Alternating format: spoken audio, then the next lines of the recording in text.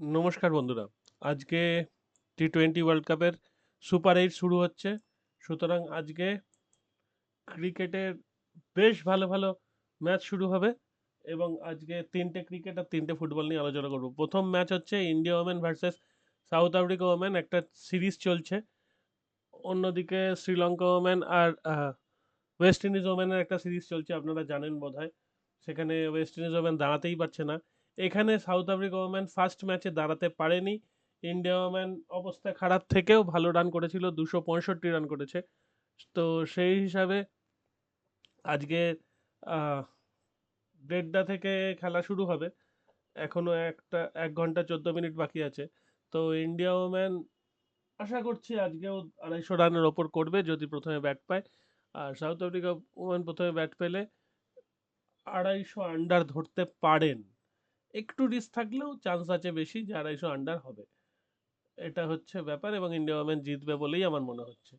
Next match যেটা নিয়ে আলোচনা করা যায় সেটা হচ্ছে, ওহো, আটকে গেছে, আহ, সাউথ আফ্রিকা ভার্সেস ইউএসএ। দাঁড়ান একটুখানি ওয়েট করুন, আমার নেটওয়ার্কের প্রবলেমের জন্য এটা, হ্যাঁ ঠিক আছে, এসে গেছে। সাউথ আফ্রিকা বনাম USA, unbeaten south Africa in front as USA hope for more magic. খেলা হবে কোথায় দেখে নি, পিচ রিপোর্টটা আমরা দেখবো বটেই। ইন্ডিয়া তো তিনটে ম্যাচ খেলতে পেরেছে, চারটে ম্যাচ খেলতে পারেনি। একটা ম্যাচ তাদের বৃষ্টিতে ভিজতে গেছে, তো সেটা তাদের লসই হয়েছে। খেলা হবে north sound. Pitch and condition: it's expected to be overcast morning in North Sound, but there is no rain forecast in area on Wednesday. The teams batting second have won 3 out of 4 games here. The surface good for batting. At the World Cup, Australia and England blew Namibia and Oman away respectively. এইখানেই খেলা হয়েছিল, Australia Namibia আর England Oman. England ওমানের ম্যাচটা অতটা ভালো করে বোঝা যায়নি, কিন্তু অস্ট্রেলিয়া নামিবিয়ার ম্যাচে নামিবিয়া কিন্তু 180 রান করেছিল। সেই ম্যাচে অস্ট্রেলিয়া 186 রান করে, তো সেটা ভালো। But Oman hit up 150 against Scotland, which was chased down in 13.1 overs, and rain hit England versus Namibia game had 206 runs in 20 overs. হ্যাঁ, ইংল্যান্ড কিন্তু নামিবিয়ার সঙ্গে এইখানেই খেলেছিল। 10 ওভারে বোধহয় 122 রান করেছিল ইংল্যান্ড, আর নামিবিয়া 80 রানের কাছাকাছি কিছু একটা করেছিল, মনে পড়ছে না এক্স্যাক্টলি। তো যাই হোক, Nortje's pick up 8 wickets in the middle phase, the second highest after Zampa's 9। তার মানে এখানে আজকে রান হবে। আর Aaron Jones is expecting a good support for USA in Antigua. অ্যান্টিগুয়ার উনি ওয়েস্ট ইন্ডিজে জন্ম, ওয়েস্ট ইন্ডিজের প্লেয়ার ছিলেন এক সময়, পরবর্তীকালে তিনি আমেরিকায় চলে যান। সাউথ আফ্রিকা অবশ্যই ফেভারিট এই ম্যাচে, কিন্তু কিন্তু আমেরিকা যে ধরনের ক্রিকেট খেলছে সেটা কিন্তু খুবই আশা ব্যঞ্জক, আশাপ্রদ ক্রিকেট খেলছে অস্ট্রেলিয়া, এই ইউএসএ। আর সবাই বাইরের প্লেয়ার, কেউই আমেরিকার প্লেয়ার বলে নয় বোধহয়। আমার তো ধারণা নেই এখানে আমেরিকার প্লেয়ার কেউ আছেন কিনা। অ্যান্ড্রিস গাউজও বুঝতে পারছি না কোথাকার প্লেয়ার, বাকি তো সবাই, স্টিভেন ট্রেলারও জানি না। বাকি দেখুন, যে কোনো দেখুন, Patel, Anderson, Jones, Singh, van Schalkwyk, Jasdeep Singh, Saurabh নেত্রাভালকারকে নিয়ে তো প্রচুর আলোচনা হচ্ছে। কালকে তো ওনার ইউকেলেলে বাজিয়ে গানও শুনলাম।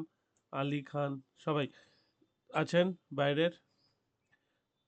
তো কি কি হতে পারে, সাউথ আফ্রিকা প্রথমে ব্যাট করলে ভালো, সাউথ আফ্রিকা ব্যাট করে যে রানটা করুক, তো তারপর যদি ইউএসএ চেস করতে পারে ভালো, নইলে সাউথ আফ্রিকা জিতবে। কিন্তু ইউএসএ প্রথমে ব্যাট করলে হয়তো খুব বেশি রান করতে পারবে না, ওভারকাস্ট মর্নিং তো। তো সাউথ আফ্রিকার যা পেস অ্যাটাক আছে, তাতে ইউএসএ হয়তো 120-30-এই অল আউট হয়ে যেতে পারে। আচ্ছা, নেক্সট ম্যাচ, সবচেয়ে বড় ম্যাচ এখনো পর্যন্ত হতে চলেছে। এর আগে যে বড় ম্যাচটা হয়েছিল সেটা হচ্ছে অস্ট্রেলিয়া ভার্সেস ইংল্যান্ড, এরপরে হচ্ছে ওয়েস্ট ইন্ডিজ ভার্সেস ইংল্যান্ড। কারণ ওয়েস্ট ইন্ডিজ দুর্দান্ত ছন্দে আছে। ওয়েস্ট ইন্ডিজ এখনো পর্যন্ত আনবিটেন, অস্ট্রেলিয়াও আনবিটেন, ইন্ডিয়াও আনবিটেন। কিন্তু ইন্ডিয়ার সমস্যা হচ্ছে ইন্ডিয়া 3টে ম্যাচ খেলেছে, 4টে ম্যাচ খেলতে পারেনি। তাহলে 4-4 হলে 8 পয়েন্ট হতো, কিন্তু যেহেতু একটা ম্যাচ হয়নি সেই জন্য 7। তাহলে সবার গ্রুপ টপরাই আনবিটেন আছে। কিন্তু ইংল্যান্ড 2টো ম্যাচ জিতেছে, একটা হেরেছে মাত্র অস্ট্রেলিয়ার সঙ্গে।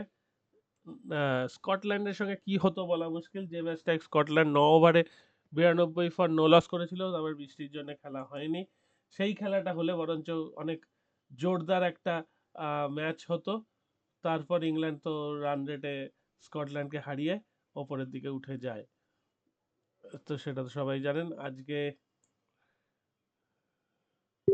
pitch. This will be another outing for belter of surface on which West Indies racked up 218 Afghanistan এগেনস্টে গতকালই করেছে। So high scoring contest is in prospect, the dimension আর touch lopsided, 63 meters on the square boundary and 72 আর একটা দিকে, but the prevailing wind tends to blow to the longer side. হ্যাঁ, অদ্ভুত ব্যাপার, মানে যেটা লম্বা দিক সেদিক থেকেই কিন্তু হাওয়াটা আসবে, এবং তাতে আরো লম্বা, মানে খুব জোরে শট খেলতে হবে। So the big hitters can expect bang for the quick for their বাক। তার মানে বিগ হিটার্স মানে আমরা তো পুরানকে দেখেছি, ইংল্যান্ডেরও Phil Salt, Jos Buttler, Jonny Bairstow, Brook, এরা তো বড় বড় শট করতেই পারেন, এবং স্যাম কারানের উপস্থিতি দলকে আরো এগিয়ে রাখবে। আমার ধারণা এই খেলাটা মানে আগে থেকে প্রেডিক্টই করা যাবে না কে জিতবে কে হারবে। ওয়েস্ট ইন্ডিজ ভীষণ আনপ্রেডিক্টেবল টিম, সেই জন্য আমি ওয়েস্ট ইন্ডিজকে এগিয়ে রাখলাম একটু হলেও। ঠিক আছে, চলুন আজকে বাকি 3টে ম্যাচ ফুটবল সেই নিয়ে আলোচনা করে নিই। লুকা মদ্রিচকে দেখতে পাচ্ছেন, তার হয়তো এটা শেষ ইউরো কাপ, এরপরে হয়তো দলে আর থাকবেন না, ক্রোয়েশিয়া দলেই হয়তো থাকবেন না।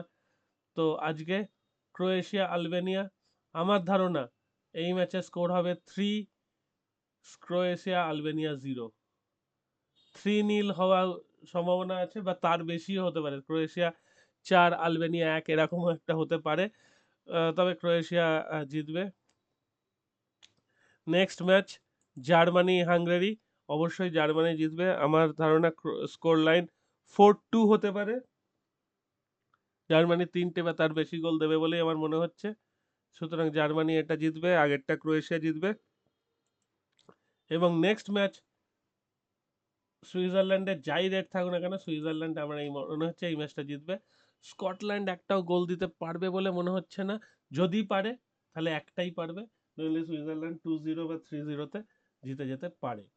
সুতরাং আজকে গোল একটু বেশি হবে বলেই মনে হচ্ছে। আর গোল যাই হোক না কেন, অন্তত